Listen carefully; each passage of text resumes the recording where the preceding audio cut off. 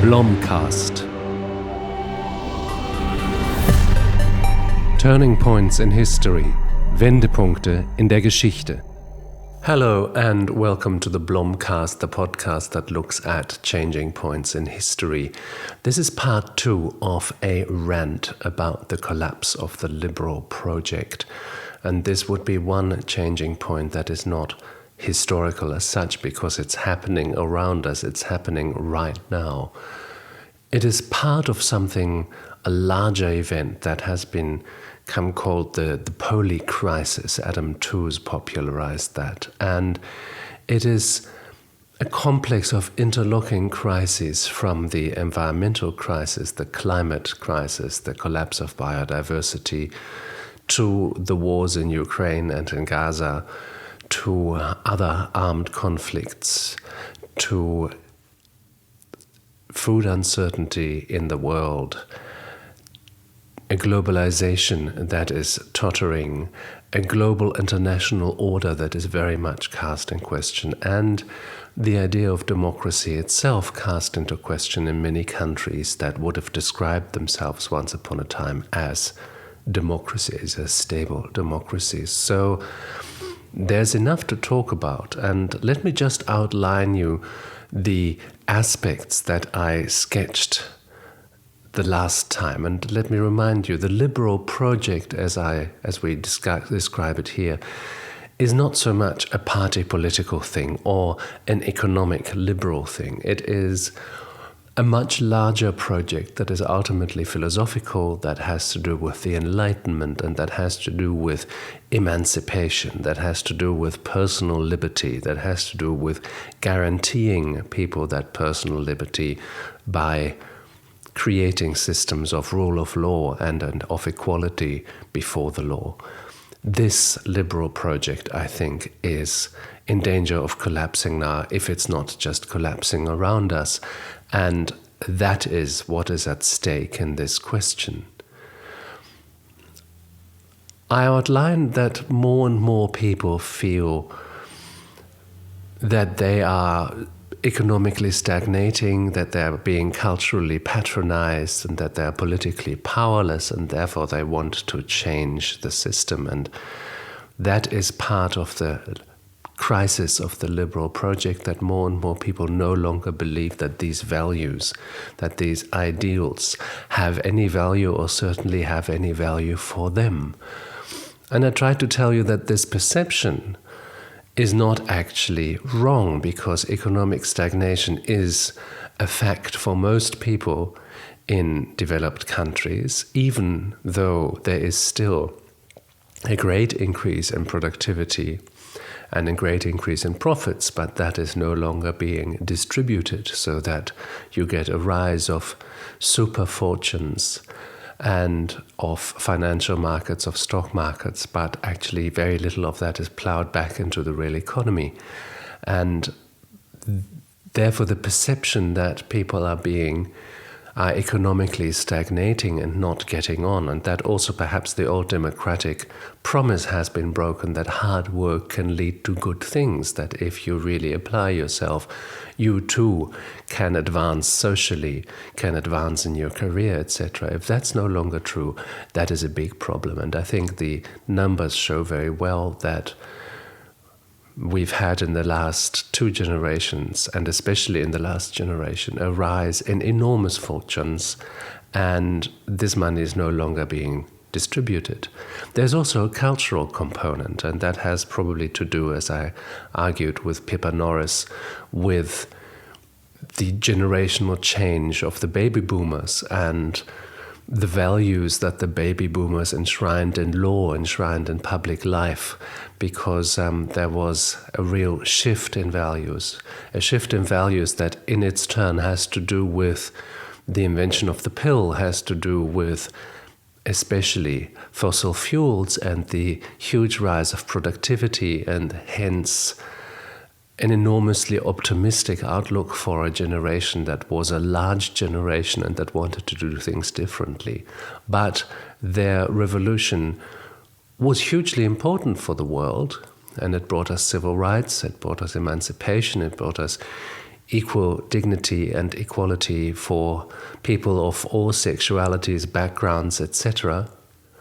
But it was also a revolution that went very fast and perhaps didn't really take enough people with it, so that many people feel now that values that their parents had and their parents before them, values of family, of patriotism, of religion, values that one would be described as traditional, are all of a sudden being discredited and even demonized sometimes. So there's also a degree of social polarization and perhaps also here a nascent hatred of the so-called elites. And the political powerlessness also has, I think, roots in reality, because if you look at what globalization has done with democracies, how many means of democratic transformation markets and supranational institutions have taken out of democratic hands, then you can see that there is a real change in governance. And especially because of globalization and also because of multilateralism, which is a good thing. For instance, in the European Union, the one way of actually being politically efficient in a context of many different and divergent interests has been to transform problems from political problems into technical problems that can be solved by experts. And so government has become a lot more technocratic. That has quite elegantly circumvented the need to have ideological debates and political arguments, but it has also sucked the air out of the political landscape, because all of a sudden political debates apparently can no longer be had, and so-called experts are making decisions, or perhaps real experts are making decisions that no longer seem to be subject to democratic choice. So in a way, the perception that the world of the polity of politics has changed, that the world of economics, of culture has changed, is actually quite true. And that has a lot to do with the blossoming of the liberal project that seemed to have really reached a historic victory in 1989 when the Soviet Union collapsed and the Iron Curtain came down. But seems to be almost completely discredited one generation later. Now, this is for a historian a fascinating thing, but for someone who lives in this world and is attached to liberal values, to emancipatory values, to people's freedom to create and shape their own lives, this is also quite a frightening development. So I'd like to go a little bit further into parsing the reasons for, well, basically how we got here, and perhaps also what can be done about it. I already outlined in the last episode that economically the deregulation of Western economies and the deindustrialization due to globalization really changed the political landscape in ways that I don't think were properly understood at the time, and created a completely new social landscape from which politics really has to grow anew, and that really hasn't happened yet. It is still trapped in a model that was a model for the post-war era. And the economy is still trapped in this model. And if I say the economy is still trapped, then we come to what I would call the liberal paradox, really, and that is that the liberal idea of emancipation is attached to the idea of transformation, of positive transformation, and that has been traditionally achieved through growth, through economic growth. The huge economic growth after the Second World War made the pie ever larger and allowed social states to develop in many European countries that redistributed, that gave people very good social safety networks, access to education, and all these things that are really fantastically important, but at the same time, all of this happened because of the reliance on fossil fuels.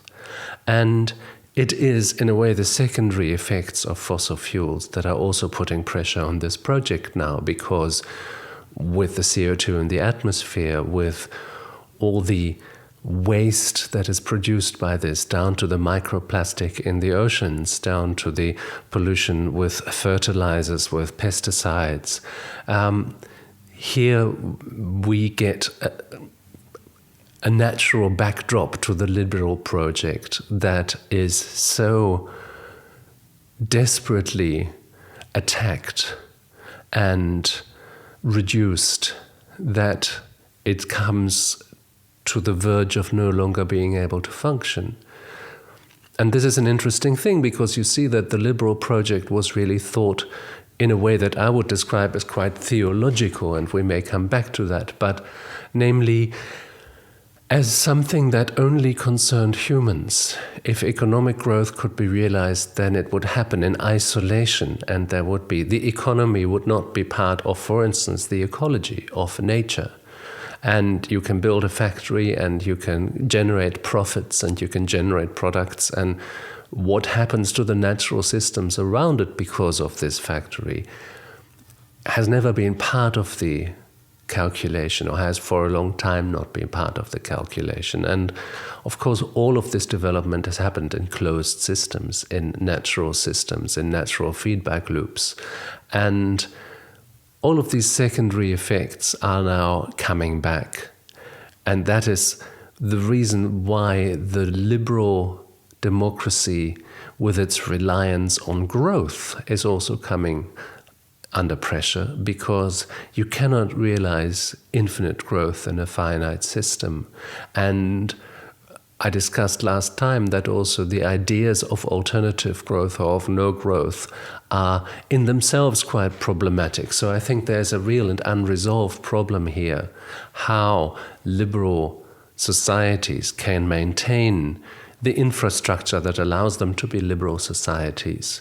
That means the social protection, that means the institutional protection, the democratic institutions, the administration, the parliament, the police, etc., all of that. How can that be maintained if there is no longer growth? How can societies continue to flourish? How can societies defend themselves against aggressors like Putin? So there are many unanswered questions here.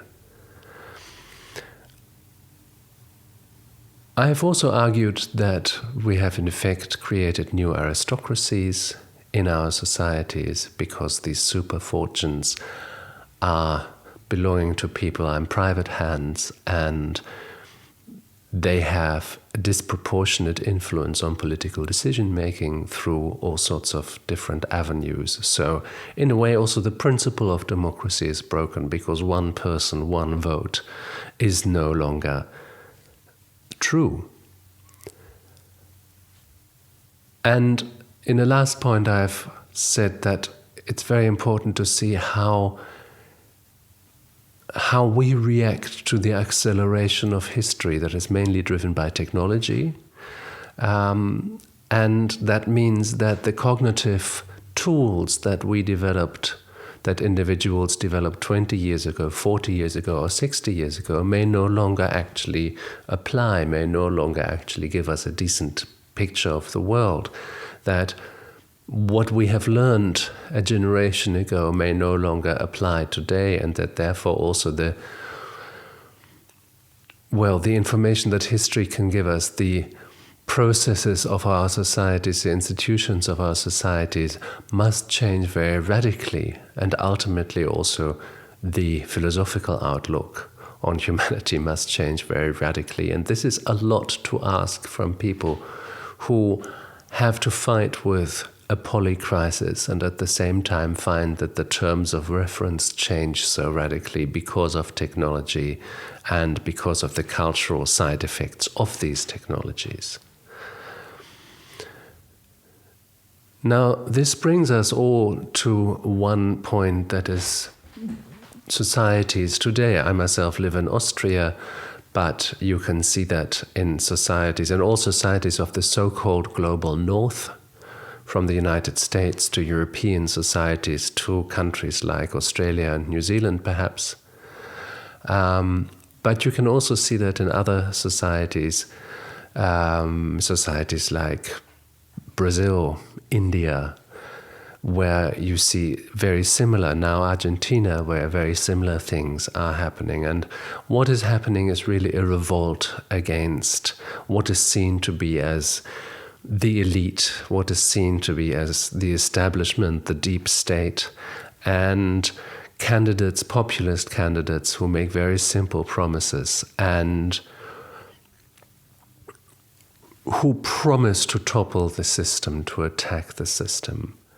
And you see candidates like this popping up pretty much everywhere, and they leave absolutely no doubt that they intend to attack and destroy democratic institutions, that they want to rule in an illiberal way, in an authoritarian way, and that they have no time for the niceties of democratic politics, of freedom of the press, of freedom of expression, etc. Now, let us just remember for one moment why this is important. Democracies are only one form, and liberal democracies are only one form how societies can be run. And we have seen that in recent years they've come under pressure because there are competing models. There are different ways of doing things. The Chinese have a different way of doing things. They combine a very illiberal society with a very overtly capitalist market, though a capitalist market that is still very strongly state-controlled. But all of a sudden, liberal democracy is no longer the best idea around. Liberal markets do not seem to have an answer to everything. They struggled during the COVID pandemic.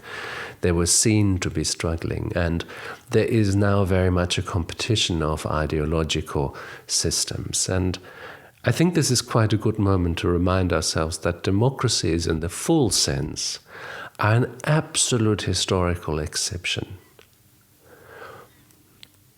If we speak of democracies with one person, one vote, that every person who is of age and who is not insane is allowed to participate in democratic power, well, then you instinctively, perhaps you go back to ancient Greece. But there you find 8,000 free men were allowed to vote in a city of tens of thousands. Slaves, women, of course, were not allowed to vote. So that was a democracy only in a very restricted way, in a very restricted sense. And most societies, frankly, have had very hierarchical systems of political authority, very brutal ways of ruling often. It may be that nomadic groups that roamed the savannas for tens of thousands of years were more democratic. Many nomadic groups are. And it may be that there are indications in the archaeological record that some societies were much more egalitarian and democratic before they vanished, and people like David Graeber and David Wengrow would argue that. I personally think that the archaeological record is too thin and the conclusions are too speculative to really yield that result. So, but really democracies in the full sense of the word have existed in the world more or less since the Second World War. There has been so much discrimination before, of course, blanket discrimination of women, and we mustn't forget, although in some pioneer societies women already got the vote in the 19th century, in the late 19th century, in most European countries, that came after the First World War, in some even after the Second World War. In France, for instance, 1945, in Switzerland, 1972, the Canton Appenzell held out to 1992, I believe. So democracies in the full sense are very young creatures. And they are also they have been firmly attached to the fossil fuel boom. That is only a partial picture, because the democratic promise of, you can do well if you work hard and your children will have a better life than you do, that was also a promise on the back of a fossil fuel boom, of the oil boom. But that is, of course, not the whole story, because, especially for Europe, also in a different way for the United States, there was, of course, the experience of the Second World War, the trauma of the Second World War, of so many people killed, of an ideology, or perhaps a clash of ideologies, that had become so murderous that societies took a step back from that and started to believe in or invest more in liberal ideas. So democracies are very young, quite fragile, and very recent, and have to a great degree dependent on rising wealth through rising productivity fueled by fossil fuels. I would even argue that the great movements that gave people proper equal rights, the civil rights movement in the US, the feminist movement, the gay rights and Stonewall movement, that these all to some extent rode on the back of the fossil fuel boom, on fossil wealth, because you need a certain degree of wealth in a society for the social debate to become preoccupied with these fundamental rights issues. And you can't point to a lot of poor societies that have realized these rights for their citizens. So I think people today who say we have to step back from wealth creation, that is our only chance of managing the climate catastrophe, they really need to think very carefully about how that is supposed to work while we maintain the democratic societies that we do have. And if you ask, so what? Why do we really need democracies? Wouldn't a climate dictator perhaps be a better idea? Well, every climate dictator has an ambitious advisor and a stupid son or daughter. And even if he or she is the wisest person in the world, that will not be a stable situation. And that reminds me, as a young journalist, I once got to interview Tony Benn. Tony Benn was a British member of Parliament for the Labour Party, but what was remarkable about him was that he had actually renounced his aristocratic title in order to become a Labour MP. And Tony Benn, when I interviewed him, said, "Young man, tell me, why do you think democracy is important?" And I said something about, division of powers and regular elections and equality. And he said, "It's all very well, but the only thing that makes democracy important really is an unbloody changeover of power." I thought that was a really brilliant point to make, that democracy really offers a lot of procedures, and these procedures are never perfect, and they're always being argued about. And especially for liberal societies, the relationship between society and the market is always unresolved and is always problematic. But democracy prevents people from accumulating too much power and from accumulating power for too long, and therefore it allows a smooth changeover of power and allows for social continuity, and that is always better than a dictator dying and a civil war breaking out over the spoils of his empire.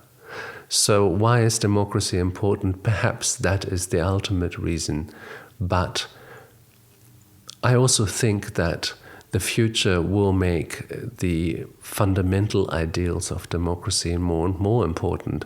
And when I talk about the future, then I also mean the unfolding climate crisis that will put more and more pressure on these democracies, because this unfolding climate crisis will go hand in hand not only with more frequent natural catastrophes and with changing climate and with the problems for habitats, for individual organisms, the problems with invasive organisms, etc. that brings, but also the problem with faltering supply chains, the problems with agricultural products and food security.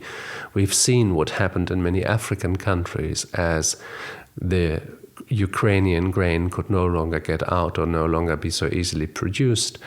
Now imagine if Ukraine has a famine every 2 or 3 years, not a famine, but a dry period, a drought.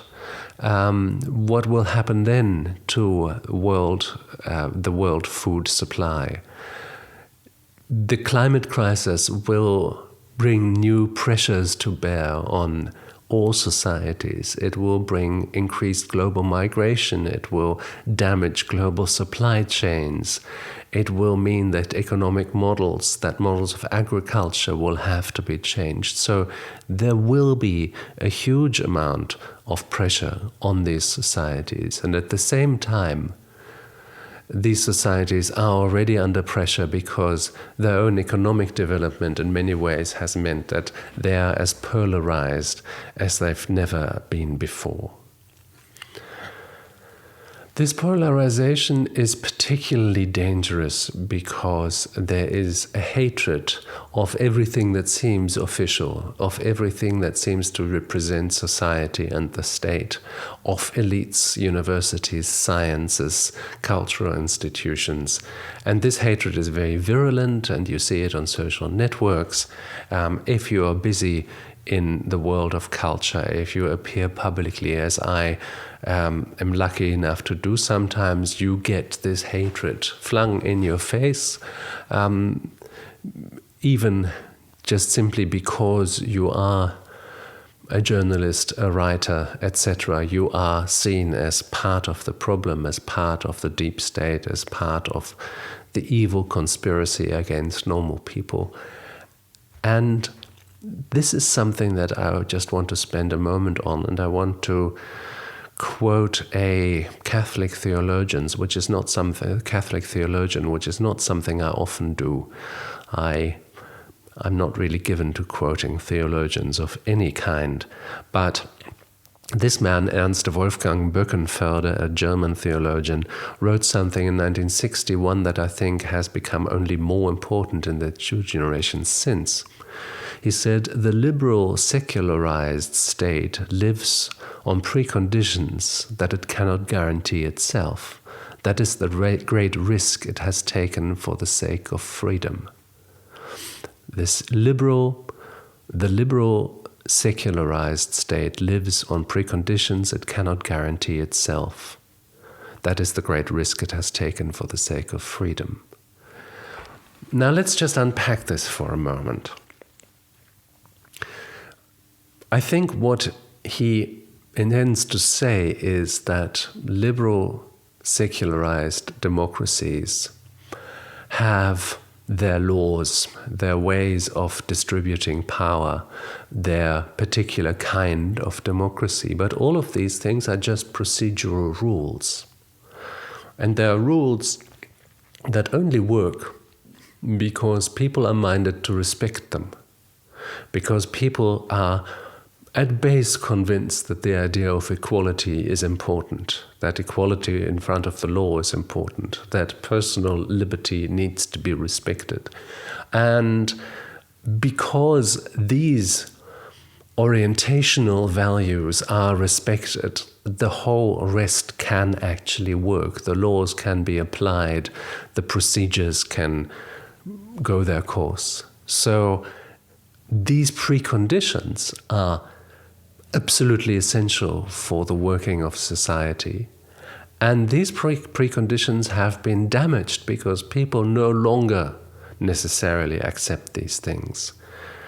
That has a lot to do with social change, that has a lot to do with historical, technological change, with migration, with demographic change. But it seems that these things are no longer respected. Now, Böckenförde was a theologian, and of course, he also has, as part of his analysis, that in societies that were more traditional, in societies that had a religious authority and a state religion, an official religion, the preconditions of this society were clear.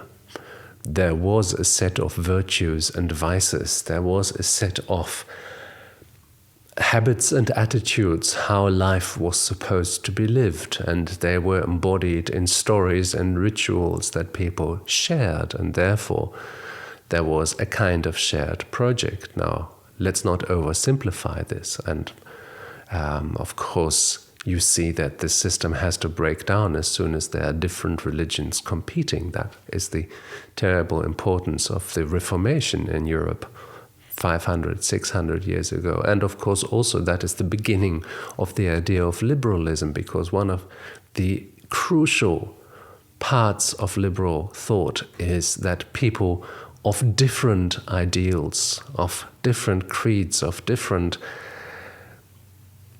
myths and virtues can still find enough ground to live together on the basis of toleration, on the basis of negotiation, on the basis of recognizing the essential dignity and difference of the other, and also of recognizing the common ground that still binds us to each other. That is the essential virtue of liberalism, that it can work in societies that don't have one founding myth, or one official religion or creed. But liberalism tried, or the liberal tradition tried, to replace this lost religion with another creed, humanism, one might say. Why, by the way, was this religion lost? Well, ultimately, the Enlightenment, the rise of science, but also the fact that while one religion or creed, one binding project can give people a very stable identity, it can also crush people who don't fit, whose identity doesn't fit this mold. And therefore, these systems were attacked and these systems were abolished, not only by the student revolt of 1968, but long before, during the Enlightenment and in the intervening time of revolutions and reform. But one system abolished doesn't mean that another one can take its place and be equally stable. And humanism, the belief in the fact that the arts, that philosophy, can inspire us enough that Shakespeare and Goethe and Beethoven and Dante have as much to say to us as the holy books of previous generations had. This idea has not proved particularly stable. Ultimately, perhaps also because all of these stories, all of these myths have become part of a marketplace of stories where no story is privileged over any other. No story has more authority than any other. Ultimately, what they have is just entertainment value.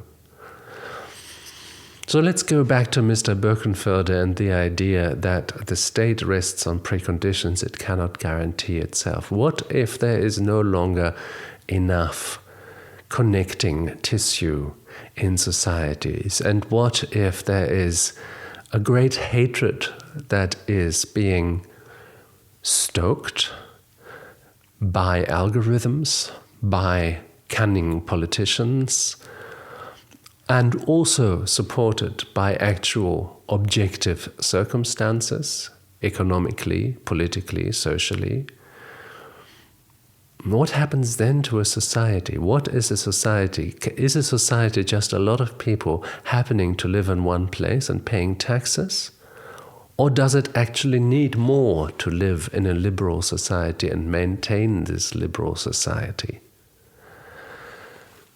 That is a question I think that we will have to answer in the face of history. That sounds very pathetic and a very great statement, but I do think that is exactly the point at which our societies are.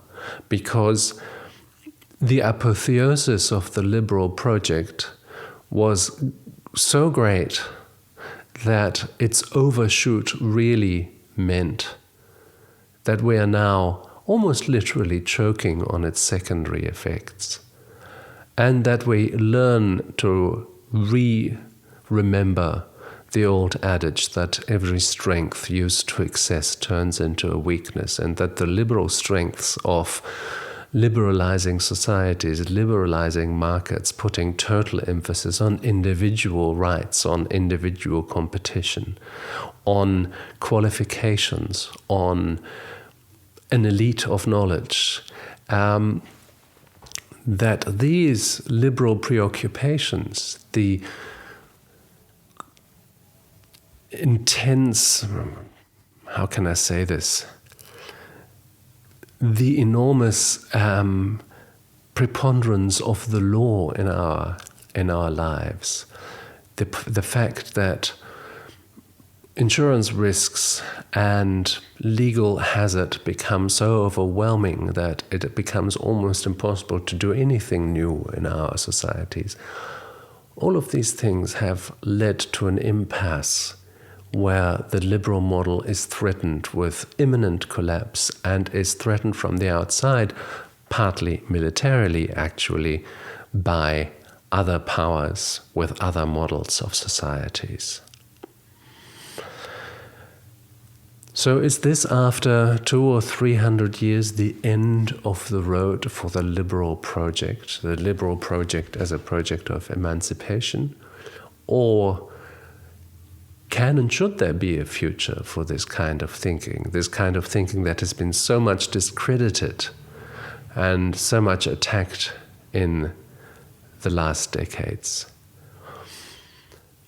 I think anyone who values living in a complex, multi-ethnic society with different cultures that are part of this mix and this weave, anyone who values individual rights and individual freedoms, and perhaps also the possibility of collective solidarity on the basis of that, has to be interested in the fact that this liberal project can develop a new face for the new century.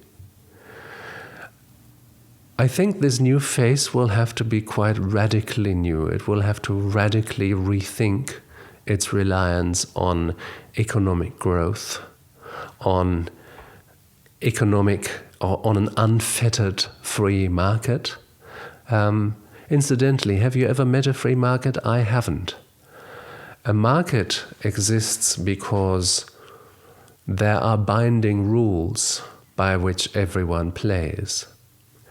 If you have a bag of flour and you want to sell it to me, and I have money but also a Kalashnikov, then I'm probably going to end up with the money and the flour and the Kalashnikov, and you are going to end up with empty hands if I'm so minded. If you want to be sure that your contract with me is respected, that you can invest and trade in security, that you can work and know that you will be paid, there need to be rules. And these rules need to be made by a parliament, they're called laws, and they need to be enforced by courts and by police. So all of a sudden you are in the middle of a society, in the middle of a democracy, of a legal system, and then you need roads, and then you need people to be educated, to be able to read and write and use computers. And all of a sudden you see this market is part of a society and can only actually function because the society functions that supports it.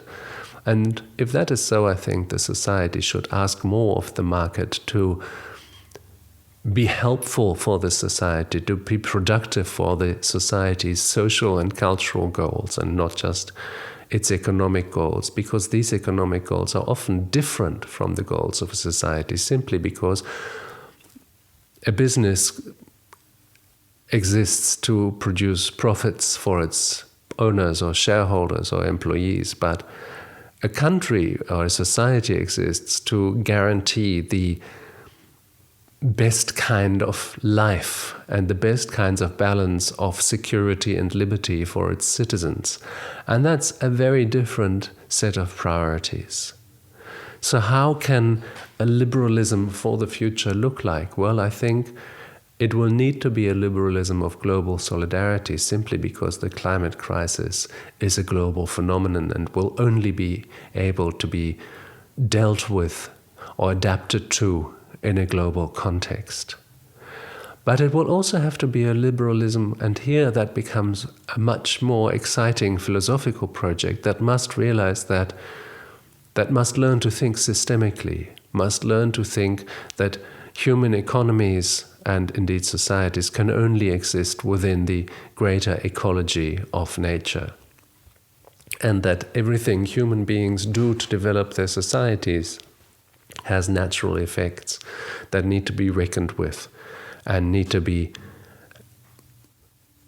taken into account and brought into some kind of balance with human activity.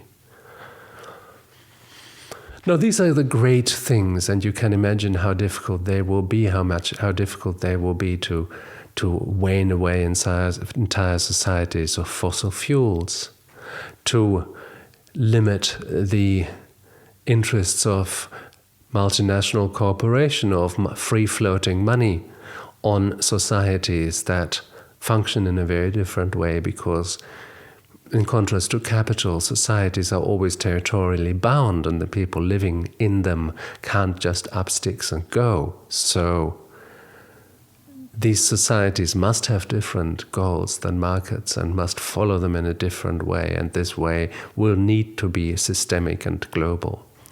But if you look at the insides of these societies, you see that I do not think let me start differently. I think there are certain influences that are fundamentally inimical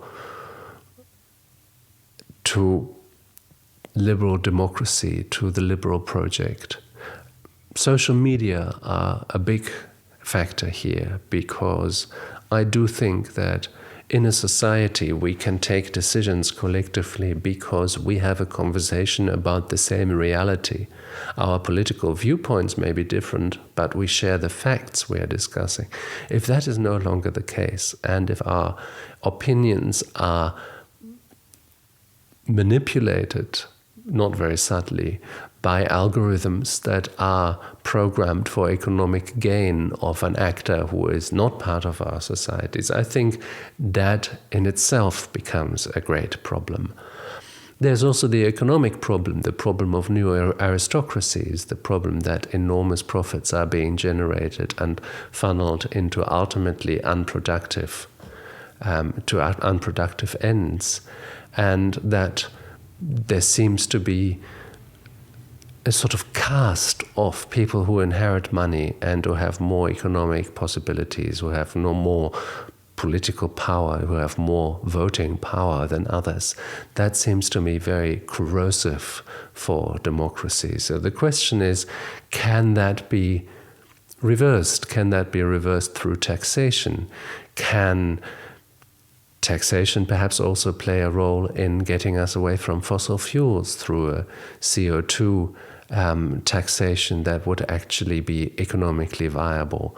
Can the state use its instruments to, or can groups of states, confederations of states, use these instruments to change societies in the way of bringing back political participation, of giving people a sense again that their interests are actually met and defended by the democratic system?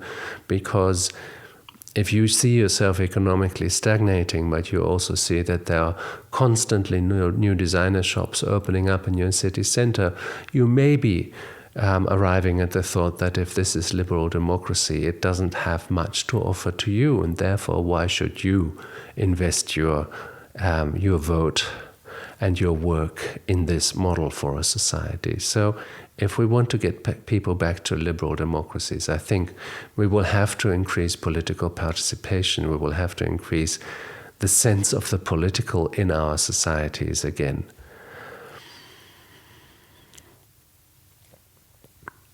All of this will be incredibly difficult, but it can be done. This transformation that I have described, that has only taken 2 generations, only from the 1960s, have the effects of fossil fuels led to the runaway development of our world population, of our use of energy, of our of waste that has been created, of plastic that has been produced, of concrete that has been, etc. All of these things. This has all happened in a very short time, and it hasn't happened through natural catastrophes or through acts of God. It's happened through conscious human decisions and pieces of legislation. And if that is so, then that can also go in the other direction. And then our democracies can be strengthened. And coming back to Mr. Birkenförde, then perhaps it can be reinvigorated enough that the preconditions on which our democracies and our liberal systems rest can be stronger again. And for that, I do think that societies need a great project, a shared project, a sufficiently shared project. At the moment, in many Western countries, you have the feeling that we're living in countries without hope, really, without a realistic hope, and also without a future. We know that we are as rich as we'll ever be, that the future will not mean that we'll be even wealthier and even safer and even more comfortable, and therefore it's become a game of not letting go of what we have accumulated. But that is not a vision for the future.